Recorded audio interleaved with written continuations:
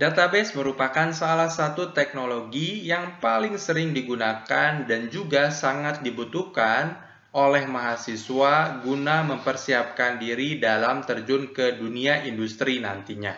Apa yang membedakan dari data, database, dan data management system, dan bagaimanakah cara kerja database tersebut? Mari kita simak videonya. Secara bahasa, database ini merupakan basis data. Basis artinya merupakan markas atau gudang atau kumpulan, sementara data ini merupakan kumpulan dari fakta-fakta.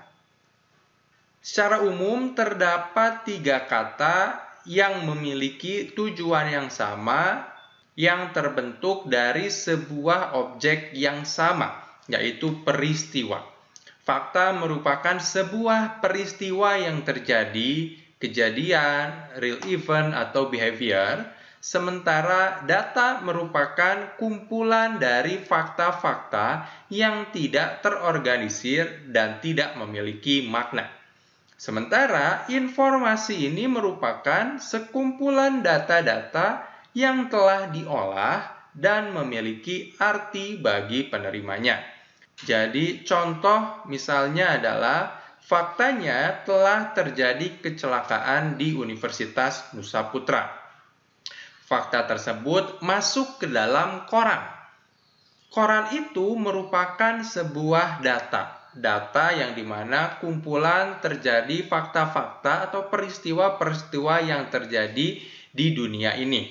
Sementara informasinya adalah jika kalian sebagai Sivitas Akademika Universitas Nusa Putra, data tersebut menjadi sebuah informasi yang berarti buat kalian. Mengapa? Karena dengan mengetahui informasi tersebut, kalian akan lebih berhati-hati ketika menyeberang di depan Universitas Nusa Putra.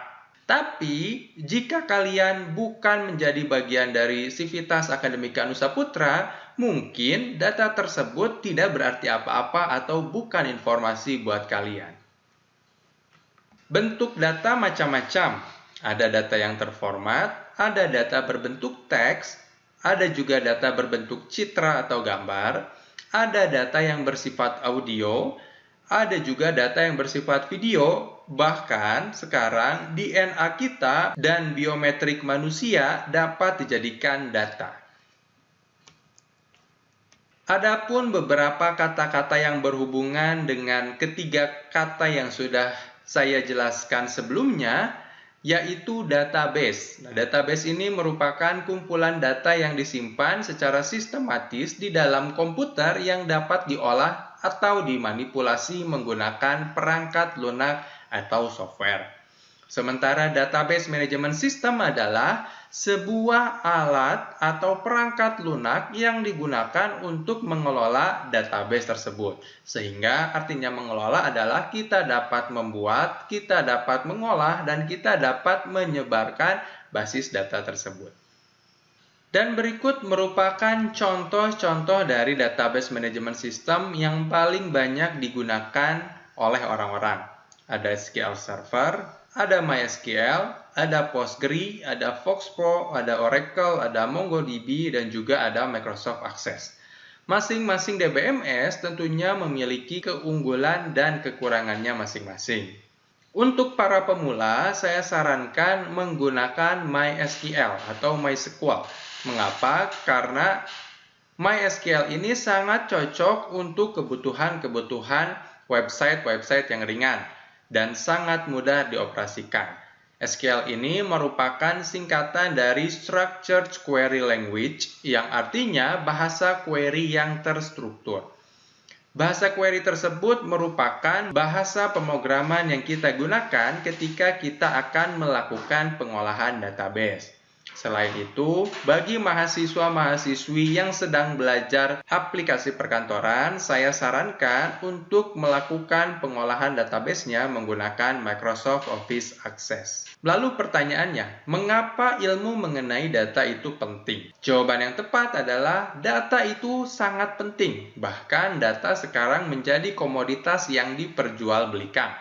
kebocoran data, pengamanan seputar data, bahkan pengelolaan data tersebut menjadi salah satu pekerjaan yang paling diminati di tahun ini. Jika kita flashback ke masa lalu, ilmu pengelolaan data tersebut sudah dilakukan jauh sebelum komputer ditemukan. Ilmu tersebut namanya sistem berkas atau sistem pemberkasan. Sistem pemberkasan ditujuan untuk melakukan pengolahan data yang berfungsi sebagai agar seseorang dapat mudah mencari data ketika dibutuhkan. Sehingga sistem berkas ini seringkali kita temukan pada perpustakaan yang sangat besar dan kantor-kantor pelayanan administrasi yang masih menggunakan cara konvensional. Selain itu, di dunia digital sekarang, alat-alat atau media-media penyimpanan data sudah semakin berkembang. Syaratnya begini. Semakin canggih teknologinya, maka alatnya semakin kecil, media penyimpanannya semakin besar, dan harganya semakin murah. Itu ditunjukkan dengan beberapa barang-barang yang kalian lihat di layar. Dulu, media penyimpanan yang kita gunakan untuk handphone atau untuk memindahkan dokumen dari sebuah komputer ke komputer yang lainnya, kita menggunakan memory card. Atau biasa juga kita menggunakan compact disk seperti yang ada di layar CD ya. Namun beberapa tahun terakhir kita sudah menggunakan flash disk, yang dimana flash disk ini tentunya sangat berbeda dengan yang ada atau dengan yang tersedia pada 10 atau 20 tahun lalu.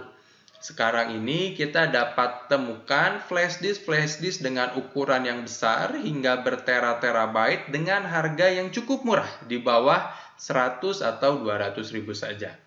Bahkan sekarang media penyimpanan sudah sangat besar dan memungkinkan para pengguna untuk menyimpan data dengan jumlah yang tentunya sangat besar juga dan media penyimpanan yang sangat kecil. Selain itu, dengan adanya cloud storage, media penyimpanan data semakin mudah. Kita bisa ambil data dimanapun dan kapanpun yang kita inginkan. Sebagai contoh, media cloud storage yang sering kita gunakan adalah Google Drive. Demikianlah video pembahasan pada bab database ini. Semoga videonya bermanfaat dan sampai bertemu berikutnya.